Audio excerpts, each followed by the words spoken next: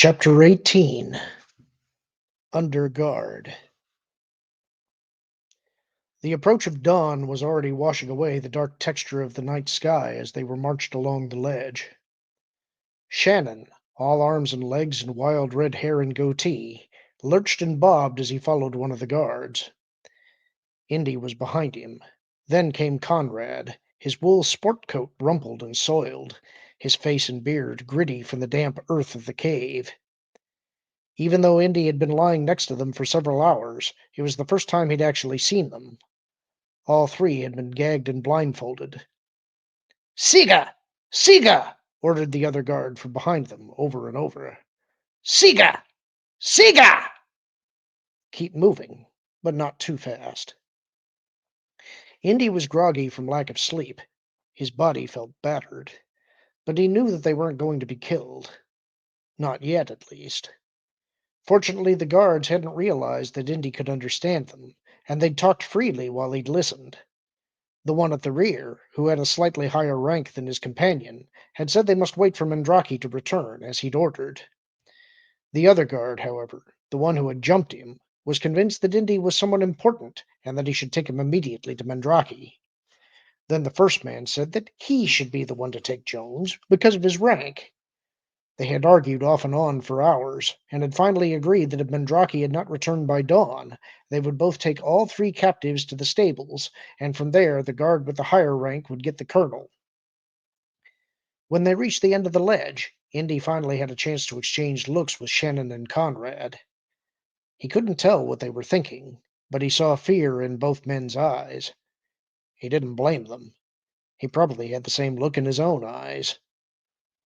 As they descended the path to the valley, the sky beyond the mountain pass to the east slowly turned from sullen gray to a deep rose. Below them, the ruins were still in shadow and blanketed by fog. All Indy could see of the temple were the pillars, and they looked ghostly, as if they would vanish with the fog. If the vapors were rising now, they would be indistinguishable from the fog. Maybe that was why Dorian wanted the schedule. But if she were Pythia, what did that have to do with what was happening now? Maybe nothing. Maybe everything. By the time they were near the ruins, Indy's body didn't seem to know whether it should be hot or cold.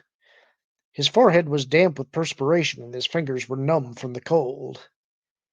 They emerged from the paths, headed past the stadium, then went around the rear of the crumbling stone theater. The fog was lifting, and Indy hoped someone would see them. Certainly, three men bound and gagged would be an unusual sight, and the word would go out. Someone surely would investigate, especially today, the day the king was expected to visit the ruins. As if in answer to his thoughts, Indy saw a shadowy figure moving through the woods along the path between the stables and the ruins. "Please be someone with the king," he pleaded silently. Then he saw it was a woman. It was Dorian, and his hopes plummeted. As she walked up to them, she quickly assessed the situation. "Good work. We were looking for him," she said, nodding toward Indy as if he were a sheep or cow that had strayed out of its fence. When the guards told her where they were planning to take them, she shook her head. "There's too many people who might see them. Take them over there to the hut and remove their gags. Then get them some food." She smiled at Indy. "We don't want you to starve before you see the king." She looked him over and shook her head. "We'll have to get you some fresh clothes, too, and you must try to get some rest." She was crazy. She had to be, he thought as they were rushed to the thatched hut. Why the hell would she still want him to see the king?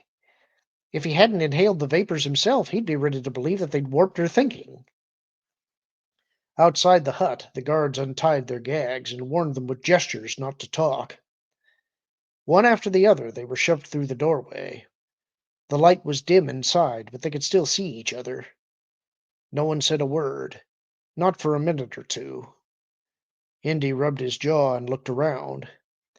The table and chairs had been removed, but otherwise the hut was the same as when he'd last seen it. He lowered himself to the floor and leaned his back against the wall.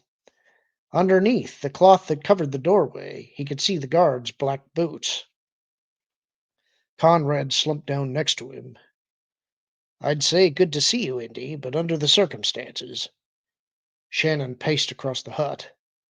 I don't like this. In fact, I hate it. I mean, I'm definitely out of my environment. I can't go on like this. I want to play my cornet. I want to hear some jazz, any jazz, even counterfeit jazz. And I want to drink, even that god awful pine sap shit they drink here. Anything. Jack, shut up, Indy hissed, or they'll gag us again. No one's ever going to gag me again. We've got to get out of here. We will get out, Shannon. We'll figure a way, Conrad said. But Indy's right. Keep it down. Indy looked between the two men. "Wouldn't you mind telling me what the hell you're doing here?" Neither spoke for a moment. "Come on, you're not wearing gags," he whispered. "And don't tell me you just decided to go off on a Greek vacation together. Hell, I didn't think you two even knew each other." The two guards were arguing, probably about who was going to get the food for them. Conrad took advantage of the distraction. "Let me start by going back to that day at the Dome when you introduced me to Bellacamas. After you both left the restaurant, I was approached by an English gentleman named Gerald Farnsworth, who had a lot of disturbing things to say about Bellacamas. I got worried and told him that you were leaving for Greece with her the following day, but that I didn't know where you lived or how to contact you. He said he would catch the train and tell you himself. Farnsworth promised to send him a telegraph in a day or two," he continued. "When he didn't hear from him, he contacted the police and found out that his body had been found on a railroad bed. He'd been stabbed with a pointed object, like an ice pick." Indy felt a knot in his stomach as he realized that the man who had followed Dorian from the dining car of the train must have been Farnsworth. He glanced towards the doorway again. The boots were no longer visible, and the arguing was more distant now. He listened as Conrad continued. That night, Conrad had gone to the jungle and started drinking. He'd just ordered his third scotch when Shannon recognized him as a professor from his alma mater. It didn't take long for Conrad to discover that Shannon had been Indy's college roommate, and that he had also talked to Indy before he'd left for Greece. "When I told Jack what I'd found out, he knew you were in trouble, and he wanted the help." Indy couldn't contain himself any longer. "What did Farnsworth tell you?" Conrad frowned. "I had a photograph with me when I arrived. I must have misplaced it. Anyhow, it's—" "Wait a minute." Indy reached into his jacket pocket and pulled out the photo Nikos had given him. It was crumpled now, and he did his best to flatten it out. "You mean this one?" "That's it," Conrad said excitedly. "Keep it down." Now Shannon was taking charge of the noise level. They all glanced anxiously towards the doorway and listened. The guards were still talking, but in more restrained tones. Indy held up the photo. "So who is he?" "His name is Richard Farnsworth, Gerald's younger brother and a former archaeology graduate student at the University of Athens, where Bellacamas used to teach. He disappeared 2 years ago. No trace of him was ever found." "So Gerald Farnsworth started searching for his brother," Conrad continued. "He found out that Richard and Dorian Bellacamas had been lovers, but that she also was involved with Mandrake. It just so happened that the weekend Richard disappeared, the colonel was seen with Bellacamas." A chill ran through Indy. Although Conrad was still talking, the words sounded as though they were being spoken underwater. Long vowels, short consonants, like a voice played on 78 RPM. He rubbed his ear against his shoulder and tried to clear his head. "Gerald Farnsworth also found out about another graduate student of hers who was found shot to death in his apartment just a year earlier. He had also been her lover, and there were suspicions about her, but no one was ever charged in the murder. Then, shortly after Farnsworth disappeared, she resigned from the university. Supposedly, she was about to face charges of unprofessional and inappropriate behavior with students." "Damn inappropriate," Shannon put in. "That's when she left Greece for Paris." "She gave me quite a different story about why she left Greece," Indy said. His anger and resentment were building. "I guess she's got an appetite for graduate students, and I was just one in the line. But how come Nikos, the kid at the hotel, didn't know who Farnsworth was? He gave me the photograph." "Because Farnsworth never came here to Delphi. Her affair with him was in Athens. She's been careful to avoid romances here where it would be too difficult to hide. She must have had at least one, Indy thought, recalling Nikos's story. The frigid feeling had passed. In its place was a huge, heavy lump in his gut. And when she's done with her boys, she feeds them to her killer boyfriend, Shannon added. But that's not all, buddy. Indy couldn't imagine what else they could tell him about after the Farnsworth story. My family has some few contacts in this neighborhood of the world, Shannon began. You know what I'm talking about. People with connections, political connections, inside information. Mob contacts, Indy thought, but Shannon was being as cagey as ever. What did you find out? First of all, your archaeology prof had more than one old stone tablet in mind when she took this trip. Did you know that her father is a Greek dissident and that he's living in Italy? She told me all about that. Her old man has a gripe against the king. A difference of opinion. It's more than a difference of opinion. Her friend, Mandraki, is close to her father. I hear that he's up to something, maybe planning a coup, and that Dorian Bellakamis is involved. A coup? Right. So someone I know broke into her office at the university and discovered a letter from Mandraki that verified it. Shannon was probably that someone, Indy thought. But what you say is true. Why would Dorian bring me along? They're going to use you somehow, Shannon said. It must have something to do with your seeing the king today. My guess is that they're going to kill him and you're supposed to take the fall. These guys are just like Chicago gangsters, maybe smarter. Did Mandraki threaten to kill you? Didn't you see those graves in the cave before they blindfolded you? Shannon asked. They're planning on killing all of us today. Just then, the cloth door of the hut was pushed aside, and one of the guards stepped into the hut. He gestured angrily for them to stop talking. His partner brought in 3 plates, each containing a piece of hard bread, boiled potatoes, and a slice of feta cheese. As they ate in silence, Indy decided that Dorian was capable of doing what Shannon had suggested. He didn't know how she planned to do it, but somehow he had to warn the king. Indy moved over next to Shannon as he finished eating. Sorry you guys got involved. We got ourselves involved. Conrad laid down his fork. I didn't realize how quickly we would be singled out once we got here, but Bellakamis remembered me, of course. By the way, Shannon said, what the hell is your squeaky-voiced friend Madeline doing here? He laughed for the first time. That really threw me. We'd just gotten here, and the last person I expected to see walks up to me in the street. Just then, the 2 guards burst into the hut and pulled Shannon and Conrad to their feet. What's going on? Indy yelled. He leapt up, but was shoved to the ground and kicked in the stomach. By the time he uncurled himself, Shannon and Conrad were gone, and he was gagged again. Bastards, he muttered into the gag. He rolled over and peered towards the door. He could still see a pair of boot heels. He wondered if he would ever see Shannon or Conrad again. He thought of Shannon and their college antics, and how upset he'd been that Conrad had turned him in to the dean. All of that seemed distant and petty compared to the trouble they now faced. His attraction to Dorian Bellakamis had gotten the better of him. That was what it amounted to. Angrily, he kicked at the wall, and to his surprise, his foot broke through.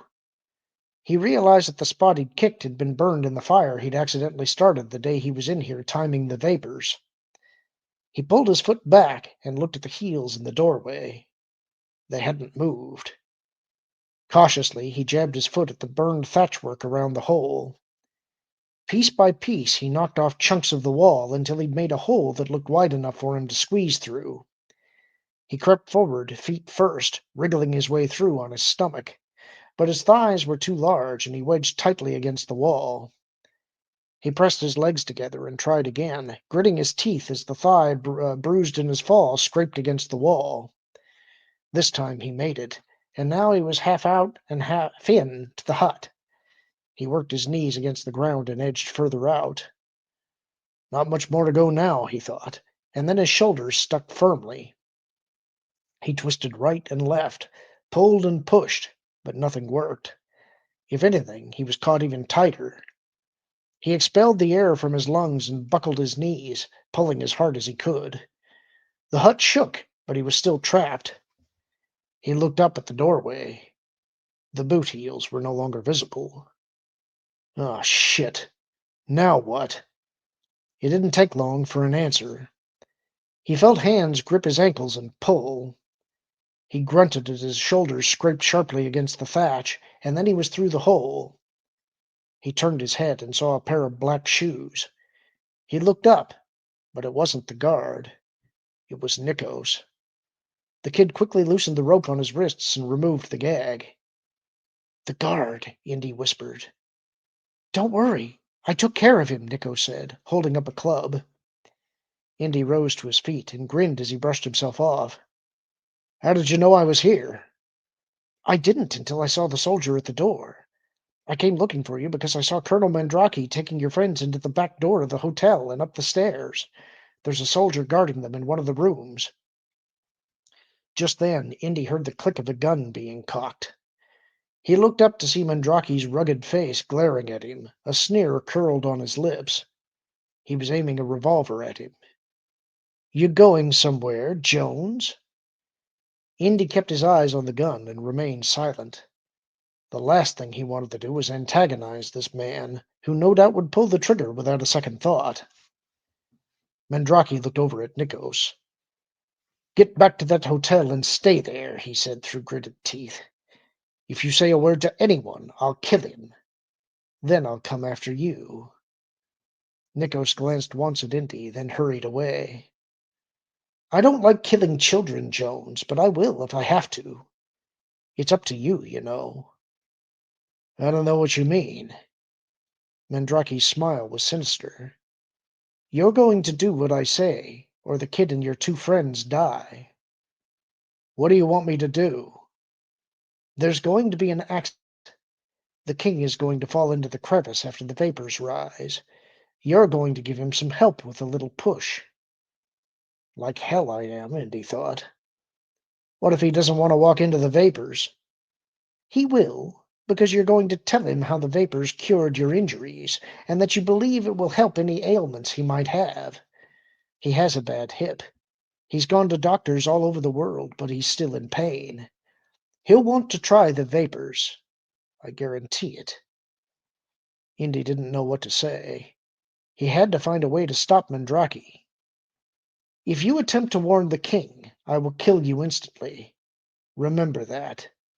But if you cooperate in this accident, you and your friends will be allowed to leave the country right away. Do you understand?" Indy didn't believe him. Not for a second. Mandrake tossed a cloth bag to Indy. "Get in the hut and change your clothes. We want you to look presentable for the king." And then he smiled broadly and laughed. A stray thought crossed Indy's mind at that moment. If the eagle was his protector, it wasn't doing a very good job. That's the end of the chapter. Hope you enjoyed it. Talk to you soon.